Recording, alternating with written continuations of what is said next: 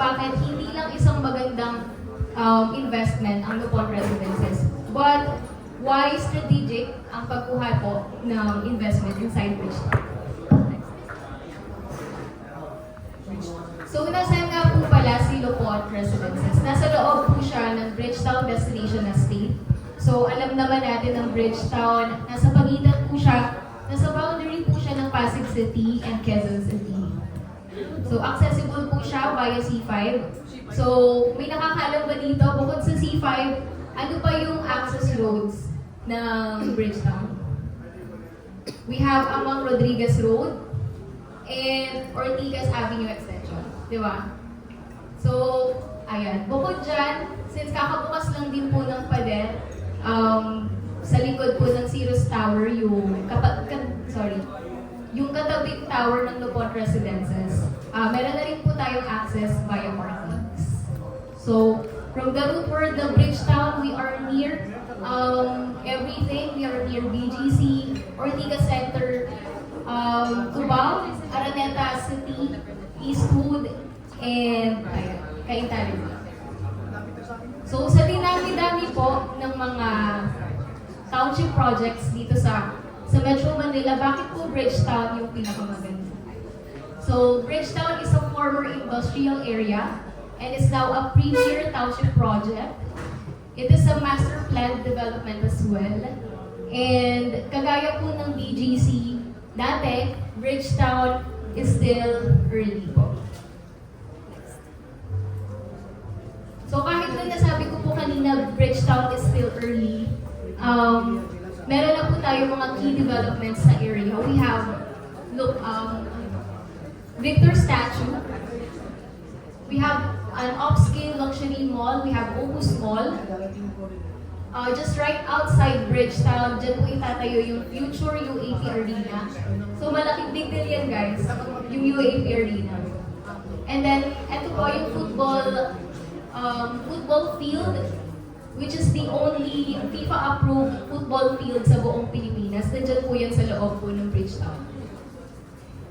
And next, yung kaka-announce lang po na pickleball facility, and nag-iisa lang po yan sa buong Asia. So imagine, ilalagay yan sa loob ng Bridgetown.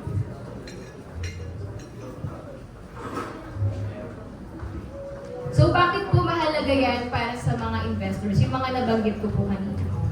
Kasi ngayon na medyo, tumaas na po talaga yung gasolina, mas importante po ngayon ang pagkakaroon ng walkable lifestyle, self-sustaining community, and ang magiging resulta po niyan, of course, is a continuous value appreciation. So ngayon po, I will give you an overview about Lupon Residences. And Lupon is our only luxury pre-selling condominium here at RLC Residences. So when I say only luxury pre-selling condominium, never po magkakaroon ng oversupply when it comes to luxury condos dito sa RLC. So it is a low-density community. At RLC, we value our clients' privacy. Premium na rin po ang finishes sa mga units as well as the amenities. And we are future-proof because smart investment siya and smart home finish na rin po. Meaning, smart home na rin po yung mga units sa Lupon.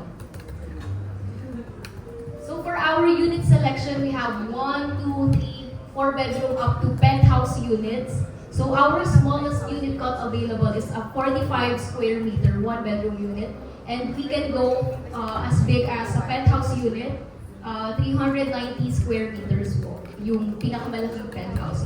So, whether for personal use or investment purposes, meron pong may offer ang Lupon Residences.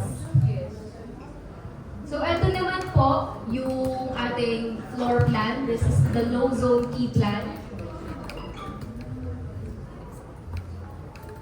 And ito naman po yung mid-zone key plan for Tower 2. So kung interested po kayo na kumuha ng unit sa Lupon Residences, i-discuss na lang po yan in detail sa inyo ng inyong mga property specialists. So for our payment terms, we have yung Tower 1, which is ang target turnover po niya is 2029. But ang maganda po is payable pa po for up to 66 months yung down payment or yung full amount. While the Tower 2 po is will turn over on 2030, payable pa po siya for up to 72 months po. And then yung down payment, since this is a luxury condo, we require minimum 5% down payment. But we can stretch that naman po for up to 6 months. So, i-discuss na lang din po yan sa inyo ng mga property specialist niyo in detail. So, next naman po, yung ating amenities. So, for Lopon Residences, hindi po tayo kagaya ng ibang condos. We have standard and unique amenities. So, ang i-discuss ko po sa inyo ngayon is our unique amenities. So, ganyan po yung magiging itsura ng ating main lobby. Parang hotel na po yung vibes. So, eto naman po, we have a private theater. This is one of my favorites, yung infinity pool. We also have the kiddie pool. And yung work lounge natin, parang hotel na rin yung itsura niya. And for sure, kagaya ng Westin, meron free wifi. And indoor play area for our kids. And we cannot forget our pets. We also dedicated for them a pet park. And ganito naman po yung maging itsura ng gym natin. And we also have a beautiful private function hall. So again, why is Lopon a strong investment? Ayan, bibigyan ko po kayo ng example, yung katabing tower po ng Lopon, which is Cirrus. Nung nilaunch po siya back in 2019, ang price po niya is around 3 million. And ngayon po na for turnover na yung Cirrus, ang current market value niya is around 6.6 million. So for Lopon Residences, hindi lang po kayo kumukuha ng unit, but you are also investing in Bridgetown's future. Pag isama niyo pa yung pagiging trusted ng RLC Residences, and we are positioned po in a growth corridor, which is the C5 corridor. Ayan. Bigyan ko lang din po kayo ng brief background about Robinsons Land Corporation. We are under the conglomerate JG Summit Holdings, which is, ayun, yung mga sister companies po namin is Cebu Pacific, Universal Rubina, and we also have investments in BPI, Meralco, DHL, and we have partnership po with GoTime Bank. So, bakit ko siya nabanggit? Kasi makikita niyo po yung pattern ng JG Summit. Kapag nag-invest tayo with the Lopon Residences, for sure, yung investment natin, smart siya. I mean, gagamitin siya ng maayos ng RLC, ng Robinsons Land.